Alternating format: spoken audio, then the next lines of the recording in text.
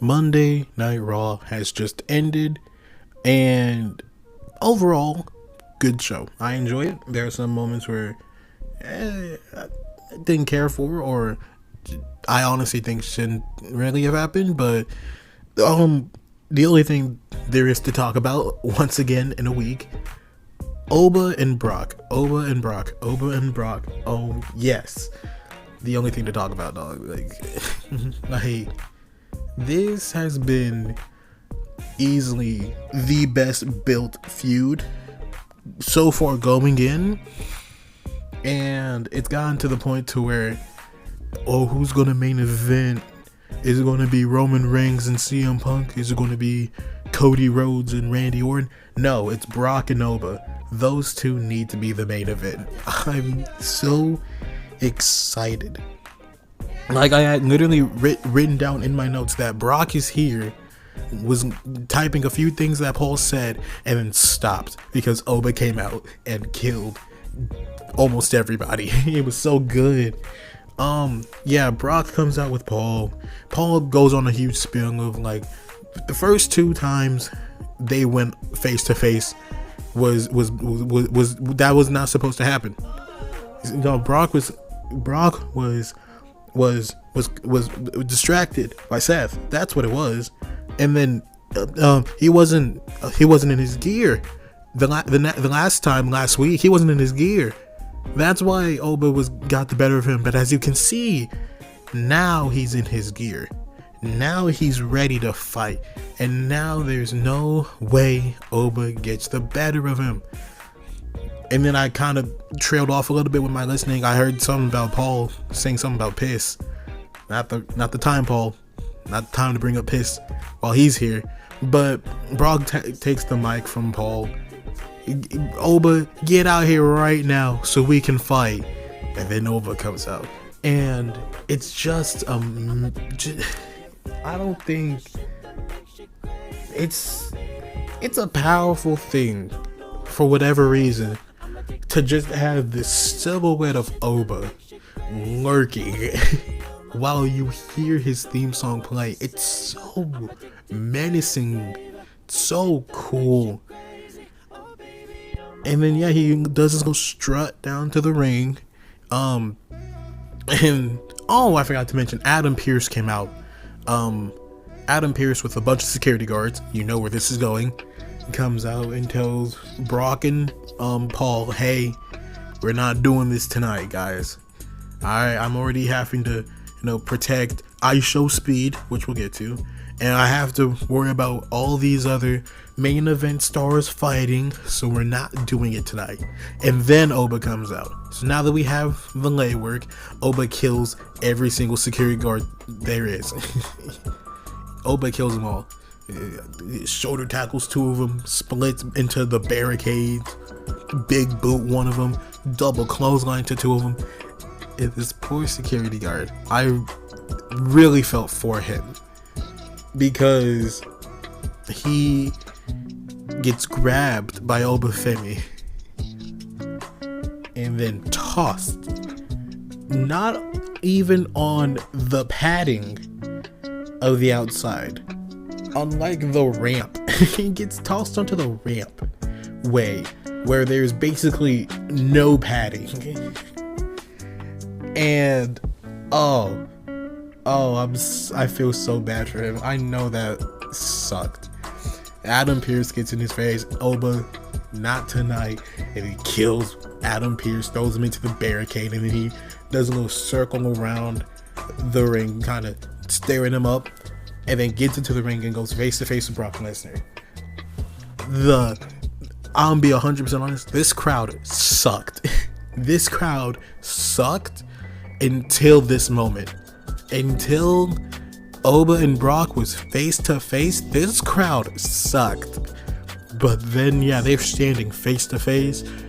All the nonsense is going on, and they are loud and alive. And so, yeah, they're face to face, staring each other down, and then Triple H, Paul Levesque, Hunter Hearst Helmsley comes out and gets in between them. And I immediately thought Oba was going to eat Paul Levesque. I thought Triple H was going to be no more, because I got scared a little bit. I thought that was it for Triple H, but no. Brock gets called down. He leaves the ring. You know, he's leaving. Picks up the steps, pretends he's going to throw it at him.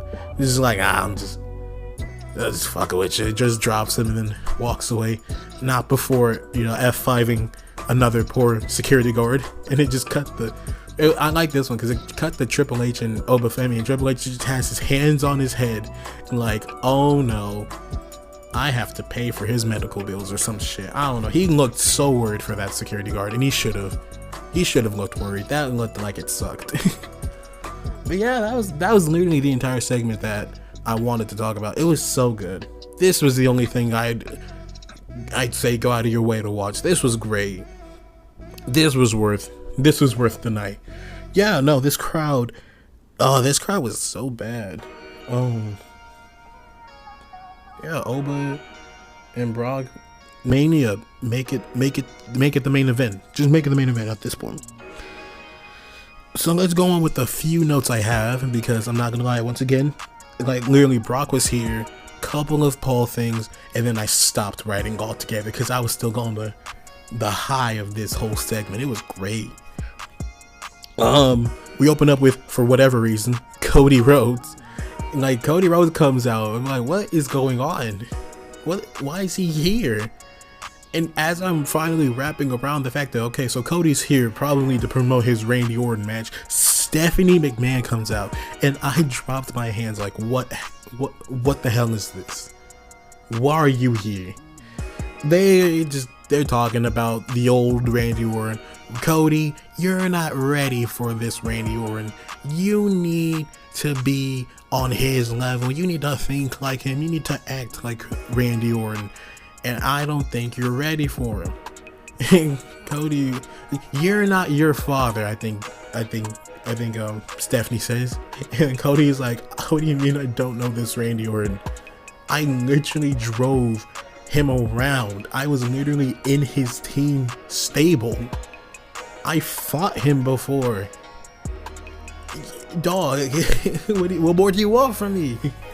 And I was like, this is a very weird thing to do, very weird thing to have. And then he didn't say names, good, but Cody did bring up Vince McMahon saying to Stephanie, you're not like your father either. And I said, oh no, he's actually coming back, isn't he? He's the one behind the voicemails, aren't he? Oh no. And what's funny, I was actually kind of into the segment. I thought it was pretty good until the actually absolute very end of it. Because yeah, Stephanie slaps Cody as she usually does, and it's like, listen, if you're not willing to be a stone cold killer like this Randy Orton is, say goodbye to that undisputed champion. She goes to walk away, and Cody grabs her and just stares her down. And then says, I have 2 words for you, Stephanie. Thank you. And walks away. I said, fuck you, Cody. You lost me. Like, the entire segment was honestly pretty good. And I was honestly like, okay, this is interesting. I like this whole thing. And then he said, thank you. Go away, Cody. Get off my screen. And luckily he was off my screen for the rest of the night. That was good. That was a nice little opening segment. Speed. I Show Speed was backstage, talking to Adam Pearce, like, hey bud, listen, I know you're busy and everything, but where's Danhausen? He's cursed me last week. Just want to talk to him. Get on cut. Danhausen appears. Holy fuck, what happened to me? Danhausen appears.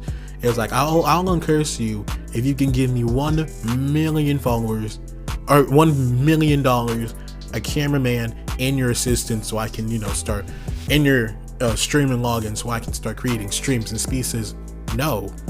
The fuck? No. He's like, well, you're still cursed. Bye-bye. And then, yeah, LA Knight and Speed get escorted off. Adam Pearce walks away, and Danhausen's just on the screen. I like that. Fine. The Usos versus The Vision in a street fight for the tag team champions. This is where I had a feeling this crowd was gonna suck, and I was so right, because the Usos entrance got a great pop. They have new theme music. I don't know how to feel about it yet. I'm not gonna lie. I don't know how to feel about it. They're not coming out to Jay's theme song. That's the tick of positive, but y'all already had a theme song for the tag team. Whatever, it's fine, and I'll probably get used to it in like a week. The Vision came out, no noise, so everything's basically normal. LA Knight was on commentary, and there's not really too much to speak about. It was a fine match, you know, a couple of little hardcore spots, a bunch of trash cans. They got a table out for a double suplex, kendo sticks. That's fine, you know, it's fine. Really, the only thing to talk about is the ending. As much as I don't want to, but yeah, Logan Paul goes to Mama Paul, his mother, to grab the brass knucks, and I show Speed like, hey guys, I don't think you should be doing that. And LA Knight starts attacking Logan, and Logan just starts grabbing on the Speed and dragging him over like, nah, you're coming with me. And LA Knight throws Logan Paul into the post, dropping the brass knucks. Speed picks him up like, why do we even have these? LA Knight goes to get Speed. I don't even think to attack, but just goes to like, hey bud, you might want to drop those. But Speed panics and just fucking knocks him square in the jaw. LA Knight's out of it. Speed's like, my fault, dude. Drops the brass knucks and runs away like, my fault, dog. I didn't mean it. And then yeah, a good little segment where Logan gets super kicked and gets thrown out. Theory gets double super kicked. They're getting ready to do the double splash. Jimmy gets hit with the brass knucks before he was able to get up there. Jay jumps off the top rope to splash onto Logan Paul. We cut back and Theory got the pin. The Vision are the new tag team champions. What the actual fuck? My whole video is gone. My whole Mania prediction video is ruined. Basically, whatever. The crowd made the deafening silence was very telling that this crowd did not care, and that kind of gave me an indication of what this crowd was going to be. Yeah, the crowd was so silent and all that. The Vision are your new tag team champions. What the fuck's going on, dog? This is a very confusing first hour. I'm not gonna lie. Get a couple of video packages, a couple of recaps, and then Liv Morgan comes out really just to talk. Hey, Stephanie, you suck, your ma sucks, and you're a bitch. Come on out here. Stephanie runs out and, you know, fights and attacks Liv Morgan. Stephanie goes out to grab a chair to attack her. Then Roxanne Perez finally comes back and attacks Stephanie back here. You know, Oblivion onto a chair. Liv stands tall with the championship. I thought this little segment was good. This was good to build up this women's program. You know, if only they could do this for SmackDown. How is Rhea and Jade not the biggest women's storyline going? That doesn't make sense to me. This is a great story. Yeah, Roxanne's back. We do another recap to then lead into Lyra and Bayley versus the irresistible forces. Christ, I keep always messing them up. It's a good tag action. It's good women's tag. Bayley and Lyra is great. Lash and Nia do a really good job of being the like big powerhouses. Lash is so tall. I didn't realize how tall she was. Towering over Bayley. Oh my god. Again, yeah, just good standard tag matches. You know, a lot of good fast tags, a lot of good tag moves. The only really thing to comment is Bayley. Fuck yeah, I love when she just gets Nia up for a powerbomb. It's always so cool. Nia goes for an what was her finisher called? Annihilator, the Annihilator. And then Bayley just gets up, picks her up for a powerbomb, and carries her literally halfway across the ring, and then powerbomb. Love it. That popped me. But yeah, all of a sudden, all the women are down and out, weary, all waiting to get up, and immediately in my mind, like, oh no, that's for interference. And on cue, the Bella Twins come out. Alexa and Charlotte come out, start to brawl, and then attack the Irresistible Forces for the DQ win. I don't like the DQ win, but we did get it confirmed later on, so I'm okay with it, that we are getting a fatal 4-way for the women's tag team championships at Mania. So as long as they already paid it off and we're getting that match in Mania, maybe not a TLC match, which is fair, but as long as we're doing a multi-women tag for the champions, I'm cool with it. The Brock and Oba thing happened here. Yeah, this is where the crowd was at their peak. We then got Penta versus Kofi Kingston for the IC title open challenge. It was a good match. Again, at this point I stopped writing notes, so I don't fully remember everything that happened between that match. I know Kofi got a couple of good spots in. Great. Like the storyline is really Grayson trying to help Kofi win, and Kofi being like, no, I got it. You stay over there. I can handle this. Kofi's trying to grow the mustache back, so that's already a plus sign over here for me. The mustacheless Kofi is good heel, not good visually for me. So the fact that his stash is coming back, that makes me happy. But yeah, Kofi told Grayson to not get involved, and that's kind of what cost him, because literally the last day he was like, yeah, you stay over there, I'll handle this. He goes to do his little dive. Penta catches him and does a back body slam onto the announcer's table. And Grayson was like, so Kofi, you don't need my help? You sure? And immediately gets a Mexican Destroyer onto the outside. Not the best looking one, but it was very effective. And then a Mexican Destroyer onto Kofi inside. 1, 2, 3. Penta retains his champion. To where he then announced that he will be doing a Intercontinental Champion ladder match at Mania. Yes. Now I don't know how exactly it works. They said, yeah, we're doing qualifying matches, and then just showed a graphic of Javon Evans, Dragon Lee, Rusev, JD McDonough, and another one. There was another person in there, and I can't remember who, but they're doing a qualifying matches. It's like, so is this going to be a one-on-one match or like multi-man match? You know, like how are we doing this? But regardless, it's a ladder match, so I'm counting that. Great. What else? Io Sky versus Raquel. This is good. This is alright. And this is where the crowd really just sucked. Io does her little finger taunt thing, to hype the crowd up, and literally like 5 people were doing it. They literally panned out so they can catch the audience doing it, and like 5 people were doing it. It's like, y'all are the worst.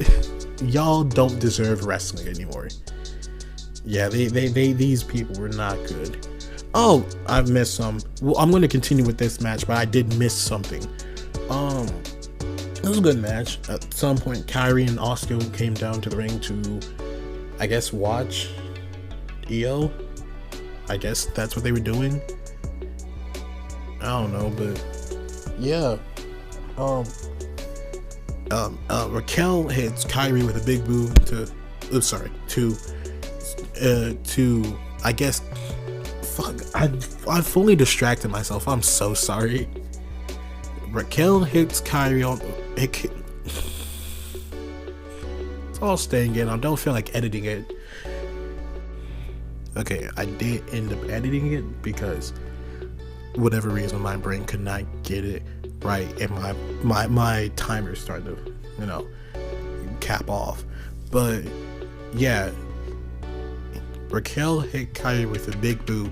Io tries to roll her up, reverses, moves happens, and then Asuka has Kairi ready to hit her, and then Io hits the nastiest dive I've ever seen, because she hits a dive and lands directly onto her head.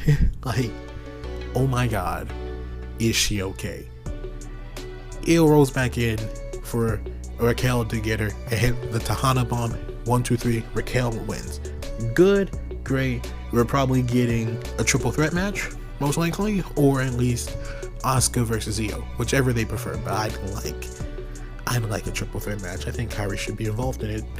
What I missed was Paul Heyman coming out to the ring again to talk to the native New Yorker. Adam Pearce comes in like, Bud, I've been asking you all night, have you checked those emails? He's like, of course I've checked the emails. And he was like, so that all the charges against Seth Rollins have been dropped? It's like, of course they have been. That's what I was expecting at this point. And he was like, oh, so you also then know that he's medically cleared and is here tonight? He was like, that I did not know. Seth attacks him with a very nasty chair shot.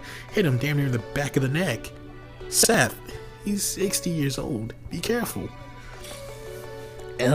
He's lined up for a curb stomp, and then who is it? He gets attacked by Gunther.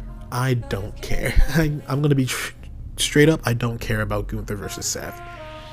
Maybe in the next week when they can do the actual story between the two. Right now, as a first visual and seeing it happen, I don't care about Seth and Gunther. I know they needed Gunther on the card, but it should have been Braun, but he's probably not cleared. That's a shame though. But yeah, we're getting Seth versus Gunther at WrestleMania. Fine. The main event was Roman Reigns and CM Punk brawling. There's nothing to add. It's nothing to add. CM Punk and literally Roman said, acknowledge me. CM Punk came out and started to fight. Punk power bombs Roman through a table like he did last week, which was cool. That was the main event. Yeah, the only thing y'all really need to go out of your way to watch, Oba and Brock. Oba Femi, Brock Lesnar, all you need to care about tonight. And I also want to acknowledge and kind of explain why I didn't review last week's Raw, because at this point I had lost my other channel. I accidentally lost access to that channel, and I was still trying to figure out what I wanted to do from that point on. So Monday already happened, and then Tuesday was when I was like, I'm going to make a whole new channel so I can start uploading again. So I didn't bother with that Monday's review. But I'm here again with this Monday's night review, and good show. I think the crowd was really what just took it away. It would be a much better show if the crowd was fully into it. The only thing they cared about was select entrance, New York, Oba and Brock, and the main event. Arguably, they cared about the main event. That was cool. But apart from that, yeah, they were just kind of on their hands, just sitting on their hands, waiting for anything else to happen. It was very annoying, and that kind of took me out of it a little bit at certain spots. But it was still fine. I'm still gonna give it a 2.5 out of 5. It's not the worst thing, but just the crowd, a New York crowd, to get into the show. God. But yeah, that was going to do it for me tonight. If y'all enjoyed, make sure you like, you share, you comment, you subscribe. Please turn on the bell icon so you'll be notified whenever I upload another video. The next video that's coming out this week, I believe, will be me ranking the best WWE matches of the past 10 years. So 2015 to 2025. And each year we'll have one best match candidate. I'm going to be doing the same thing the week after that with the worst matches, and then on that week's and then the week before Mania, you'll be getting the Wednesday before Mania, you'll be getting my final predictions and thoughts of what's going to be happening at that show. So that's going to be what my schedule's looking like, and then of course the Mondays and Fridays will be the show reviews. But yeah, and I also would be doing each show of Mania one at a time. So Saturday night's going to end, and I will have a review for Saturday. Sunday night's going to end, and I will have a review for Sunday. That's my plan. That's what the schedule's going to be looking like. So please, you're going to want to keep those notifications on, and y'all want to keep track, because it's going to be a busy week for me and for a bunch of other content creators. So yeah, but will do it for me. Peace out. I'll see y'all later.